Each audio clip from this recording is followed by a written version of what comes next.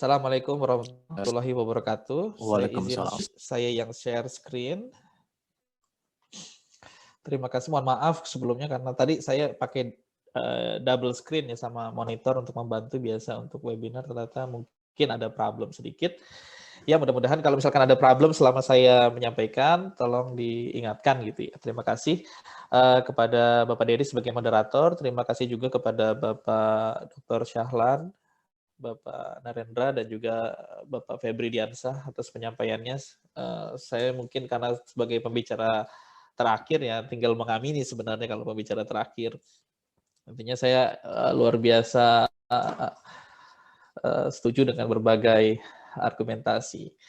Saya akan langsung mungkin mulai, karena pada dasarnya mungkin sebagian besar di sini adalah dari korporasi atau dari pemerintahan atau dari BUMN ya, atau yang betul-betul total swasta gitu.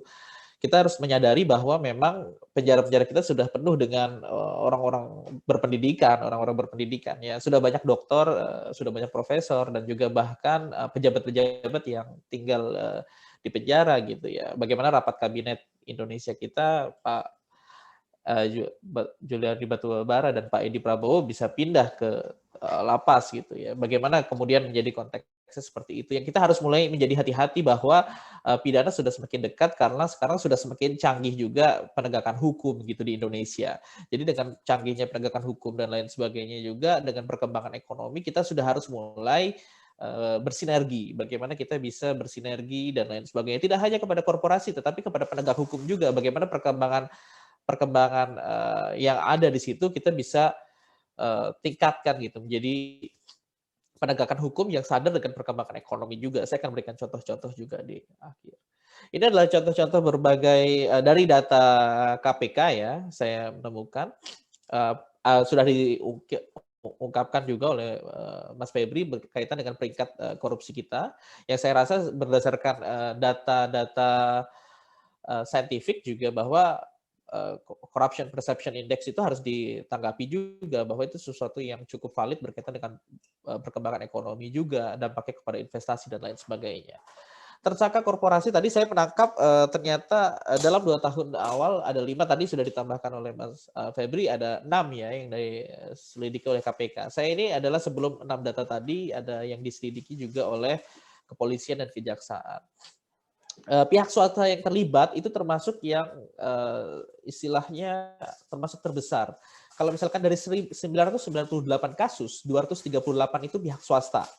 Di mana pihak swasta ini itu bisa melingkupi pihak swasta ini bisa melingkupi dalam kasus suap ya sebagai penyuap tadi sudah disampaikan, atau juga misalkan dalam proses pengadaan barang dan jasa yang kemudian tidak sesuai dan lain sebagainya. Jadi cukup banyak 238 kasus melibatkan pihak swasta.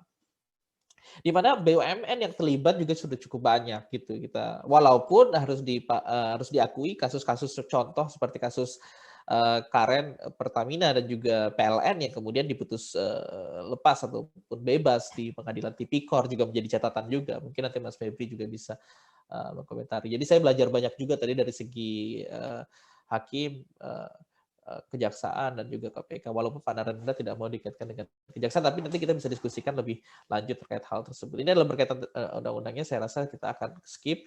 Tadi sudah disampaikan juga oleh Mas Febri terkait 7 jenis. Ini karena seginya segi 6, jadi saya buat aja jadi suap dan gratifikasi dalam satu, walaupun itu memiliki perbedaan yang signifikan ya terkait kesepakatan dan lain sebagainya dalam suap dan gratifikasi. Namun paling tidak ada 3 jenis yang harus diperhatikan. Ini yang saya rasa cukup signifikan juga untuk kita lihat, yaitu merugikan keuangan negara, suap dan gratifikasi. Kalau sisanya, contoh konflik kepentingan, contoh kasus kemarin yang cukup banyak dibahas adalah kasus konflik kepentingan ruang guru dalam menyelenggarakan dan lain sebagainya, itu juga bisa harus diperhatikan juga. Tetapi saya rasa itu bukan sesuatu yang signifikan juga. Dalam artian memang ada banyak dan lain sebagainya perlu diperhatikan, tapi saya rasa yang perlu dilihat dan bisa kita cegah sejak awal itu 3 jenis kejahatan ini. Saya sebenarnya tertarik juga ketika bicara tentang konsep korporasi merugikan keuangan negara. Tadi misalkan dari Bapak Syahlan, kemudian Pak Narendra dan juga Mbak Febri itu menekankan korporasi sebagai pelaku memang. Tetapi pada dasarnya kalau kita menguraikan unsur delik dalam pasal 2 dan juga pasal 3 ya, ini saya jadikan satu saja walaupun perbedaannya cukup sedikit, itu korporasi bisa terlibat dalam berbagai elemennya. Contoh dalam konteks unsur pertanggungjawabannya sudah dibahas tadi. Ini pun berbeda ya nanti dengan TPPU ya. Korporasi dalam TPPU dengan korporasi dalam korupsi itu memiliki faktor pembeda. Kalau di dalam Undang-Undang TPPU 8 2010, korporasi dapat bertanggung jawab itu ada 4 klasifikasi kumulatif ya. Tadi seperti menerima keuntungan, kemudian melakukan pembiaran dan lain sebagainya. Tetapi sedangkan korporasi di korupsi itu batasannya cukup singkat ya, bertindak untuk dan atas nama atau dalam hubungan kerja. Jadi yang bisa saya sampaikan di sini memang dalam pertanggungjawaban korporasi pun masih menjadi momok. Meskipun tadi Mas Febri sudah menjelaskan adanya Perma 2016 tadi itu cukup menyelesaikan permasalahan dengan mencoba memberikan payung apa yang dimaksud korporasi. Nah itu. Tetapi tidak hanya di situ. Contoh dalam konteks melawan hukum pun ini konteks korporasi masih sangat kuat. Misalkan saudara dalam bentuk korporasi baik swasta maupun BUMN, kita bisa melihat adanya konteks business judgment rule yang cukup dibahas dalam kasus Karen. Dalam kasus Karen ketika melakukan investasi di BMG Australia, bahkan ini penyidik dan penuntut umumnya adalah KPK. Jadi bukan kasus yang main-main sebenarnya, tetapi kan berujung ada pembahasan business judgment rule, apakah Karen telah menerapkan ini atau tidak. Jadi ada konteks korporasi juga di sini. Memperkaya pun bisa jadi saudara bukan pelakunya, korporasi bukan pelakunya. Korporasi tidak terlibat dan lain sebagainya, tetapi korporasi adalah yang menerima kekayaan tersebut. Bisa jadi sama sekali tidak bersalah. Contoh ketika Nazarudin membeli 300 miliar saham Garuda, apakah Garuda bisa kita katakan sebagai protes penerima TPPU dan lain sebagainya? Tidak juga, karena dia sebagai bona fide purchaser lah, sebagai seseorang yang menerima investasi secara normalnya. Nanti kita akan bahas juga. Nah, yang terakhir juga merugikan keuangan negara. Saya sepakat juga dengan Pak Narendra bahwa memang ini adalah pasal keranjang sampah yang sebenarnya tidak direkomendasikan dalam UNCAC. Tetapi harus kita pahami bahwa ini sangat banyak kasusnya, banyak perkaranya yang menggunakan ini. Karena ketika seseorang, kamu salah nih dalam menerapkan aturan PT ya, tidak menerapkan business judgment rule sehingga bersifat melawan hukum dikaitkan. Padahal kalau misalkan dia bukan BUMN, misalkan dia perusahaan swasta saja, dia hanya akan diselesaikan secara keperdataan ya, gugatan pertanggungjawaban atau gugatan ganti kerugian terhadap direktur yang telah melanggar ketentuan. Tetapi ketika dia berkaitan dengan uang publik, dia masuk ke rezim korupsi. Apakah BUMN itu masuk ke dalam keuangan negara? Contoh juga dalam kasus BMG Australia itu melibatkan anak perusahaan Pertamina. Apakah anak perusahaan Pertamina itu bisa? Nah ini ada dalam putusan perselisihan hasil pemilihan umum sebenarnya terkait kasusnya Ma'ruf Amin. Apakah Ma'ruf Amin itu anak perusahaan, komisaris anak perusahaan BUMN bisa diproses? Ini menjadi signifikan juga karena ternyata ini dipakai dalam putusan anak perusahaan Pertamina dalam kasus investasi BMG Australia. Nanti saya akan bahas juga sedikit. Di mana di situ dipertegas bahwa anak keuangan perusahaan, anak BUMN itu tidak lagi menjadi keuangan negara. Walaupun dalam praktik mungkin berbeda.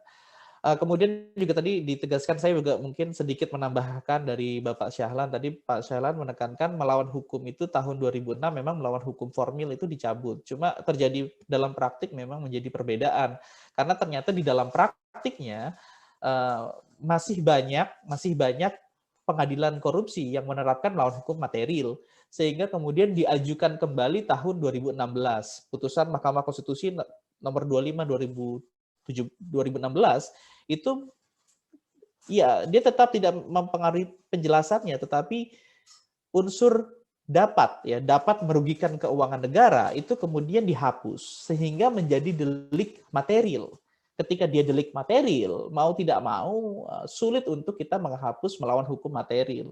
Sehingga dalam banyak kasus tidak hanya kita melihat peraturan perundang-undangan, tetapi melihat budaya perusahaan, kita juga melihat bagaimana manajemen perusahaan untuk menentukan apakah adanya melawan hukum atau tidak dalam suatu kebijakan yang merugikan keuangan BUMN misalkan. Saya harap ini masih bisa mengikuti ya. Yang menarik ketika kasusnya BPJS Ketenagakerjaan tadi disebut juga oleh Pak Febri, apakah dia menggunakan undang-undang PT? Karena sebenarnya dia lebih tepat menggunakan undang-undang administrasi pemerintahan karena BPJS Ketenagakerjaan adalah Badan Pengelola Jaminan Sosial ya. Jadi dia masuknya bukan sebagai korporasi. Walaupun bentuknya dan lain sebagainya menyerupai korporasi, tetapi dia masuknya ke badan jaminan sosial. Dalam hal ini dia bisa dikonteks apakah dia terjadi penyalahgunaan wewenang atau tidak dalam investasi tersebut. Sedangkan kasus Jiwasraya, karena Jiwasraya berbentuk BUMN, dia menggunakan konsep tersebut. Yang saya rasa memang dalam kasus Jiwasraya, nanti kita akan bahas juga. Oke. Ini dalam suap. Suap, kalau dalam suap perbedaannya adalah suap dia hanya sebagai subjek. Bagaimana Bapak dan Ibu yang mengelola korporasi tidak menganjurkan pemberian gratifikasi ataupun suap ya kepada pihak-pihak dari pemerintah. Nah, ini yang juga harus dihindari. Yang saya rasa sekarang sejak adanya KPK, saya rasa sih cukup efektif ya, karena pada dasarnya terjadi istilahnya cukup efektif karena terjadi penurunan drastis pemberian gratifikasi dari perusahaan yang bersifat swasta ataupun BUMN kepada pihak pemerintah. Ini sudah terjadi penurunan yang cukup signifikan saya rasa. Contoh misalkan di hari raya besar tidak ada lagi parsel-parsel dan lain sebagainya gitu. Ini contoh signifikan juga. Nah, ini yang harus dihindari. Saya akan berikan 4 contoh kasus ini Jiwasraya itu kenapa menjadi suatu permasalahan? Karena pertama adalah saham-saham yang diinvestasikan dari uang Jiwasraya tersebut yang merupakan keuangan BUMN itu adalah saham-saham gorengan lah istilahnya, saham-saham yang tidak jelas gitu, tidak masuk ke dalam blue chip istilahnya. Kalau misalkan ataukah dia masuk ke Kompas 100, teman-teman mungkin ada yang memperhatikan ya, ataukah indeks 45 dan lain sebagainya. Apakah masuk ke sana gitu? Tidak juga masuk gitu. Nah, sehingga tidak terdapat analisis fundamental. Nah, ini terjadi pelanggaran investasi yang dilakukan oleh sistem asuransi atau jaminan sosial pensiun waktu itu. Sehingga Jiwasraya ini memang menurut saya adalah pelanggaran investasi korupsi. Bagaimana contoh kita lihat kasus Pertamina? Ini mungkin perdebatan nanti mungkin ada pandangan dari Mas Febri sebagai mantan juru bicara KPK juga yang sudah melakukan diskusi internal saya rasa terkait hal ini karena KPK waktu itu menentukan ya. Jadi ini kan Pertamina melakukan investasi kepada BMG Australia nih, perusahaan minyak di Australia. Analisisnya pertambangan yang dilakukan adalah bisa 8.000 barrel per hari. Tetapi ternyata setelah pengelolaan dan lain sebagainya 2.527 itu hampir sepertiganya dari target gitu. Nah, ini terjadi kerugian dong, kerugian negara tidak tercapai. Namun dalam diskusinya ternyata Karen sudah melakukan analisis dan lain sebagainya, kan perdebatannya di sini apakah sudah dilakukan analisis fundamental atau tidak sebagaimana Jiwasraya tidak melakukan. Sehingga yang terjadi hanyalah kerugian perusahaan. Itu bukan masuk ke dalam wilayah korupsi karena sudah dilakukan fiduciary duty dan juga business judgment rule oleh Karen sebagai direktur utama Pertamina saat itu. Karen sempat pidana, saya agak lupa, nanti mungkin bisa dibetulkan jika ada yang ini. Namun dia dibebaskan di kasasi saya rasa. Ya, di tingkat kasasi dibebaskan. Bagaimana dengan nah ini ada yang melakukan deretan di sini, nanti kita bisa diskusikan. Berkait BPJS Ketenagakerjaan ini juga tertarik. Apakah dia masuk ke dalam korupsi? Saat ini saya rasa begini, misalkan teman-teman ada yang tanam di blue chip ya, aktif di pasar modal juga teman-teman sebagai teman-teman. Kalau teman-teman tanam saham di blue chip, contoh yang paling kuat misalkan teman-teman tanam di Unilever, UNVR ataupun Indofood ya, Indofood ICBP, itu mereka lagi penurunan drastis saat ini. Ya, lagi penurunan drastis karena pandemi dan lain sebagainya. Nah, itu menjadi unrealized loss. Kita misalkan tanam 100 juta, kita bisa jadi rugi 10 juta nih. Cuma kan dia triliunan ya, sampai 20 triliun. Tetapi BPJS Ketenagakerjaan meyakinkan bahwa dia berbeda dengan Jiwasraya karena aturannya mereka harus ada berapa persen di blue chip, ada berapa persen di reksadana dan lain sebagainya. Nah, sehingga ada unrealized loss. Kalau kita merujuk pada pasal 2 yang sudah dirubah oleh putusan MK, unrealized loss ini belum menjadi kerugian negara. Ketika misalkan kita Sudah mau habis, Pak Denny? Baik. Jadi pada dasarnya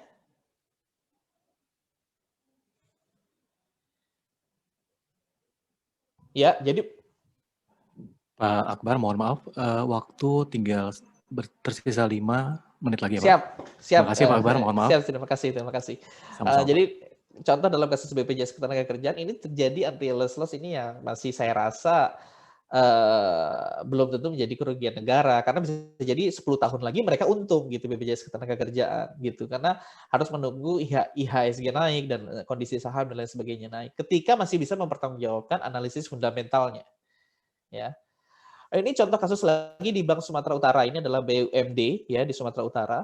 Ini melibatkan MNC Sekuritas sebagai manajer investasinya. Nah, ini sudah diputuskan juga bersalah karena ketika mereka menanam saham di PT SNP. Ini ada insider trading juga, konteksnya ada pasar modal, pelanggaran dan lain sebagainya.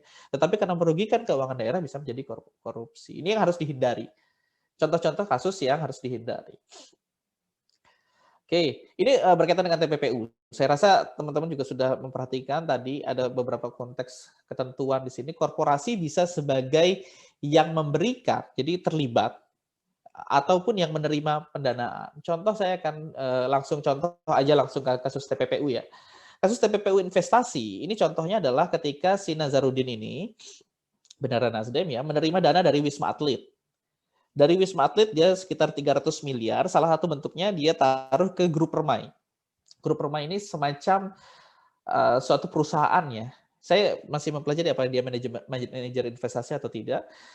Grup Permai kemudian membeli saham Garuda yang masuk juga ke dalam saya nggak tahu sekarang masih di blue chip atau tidak ya Garuda, saya rasa nggak tahu kayaknya sudah nggak, tetapi masuk ke dalam saham TBK dari BUMN. Dia masuk 308 miliar. Ini sesuatu bentuk dan bahkan sudah masuk ke layering juga. Di mana ini sudah masuk dengan dana-dana Garuda yang sah gitu. Nah, ini adalah bentuk TPPU di mana Garuda sebagai penerima apakah bisa bertanggung jawab? Saya rasa sih tidak ya. Tetapi ke depan kita harus bisa mencegah bentuk pencucian uang seperti ini. Kenapa? Karena ini bisa sangat merugikan Garuda ketika saham 300,8 miliar ini disita saat penyidikan Nazarudin, disita oleh KPK.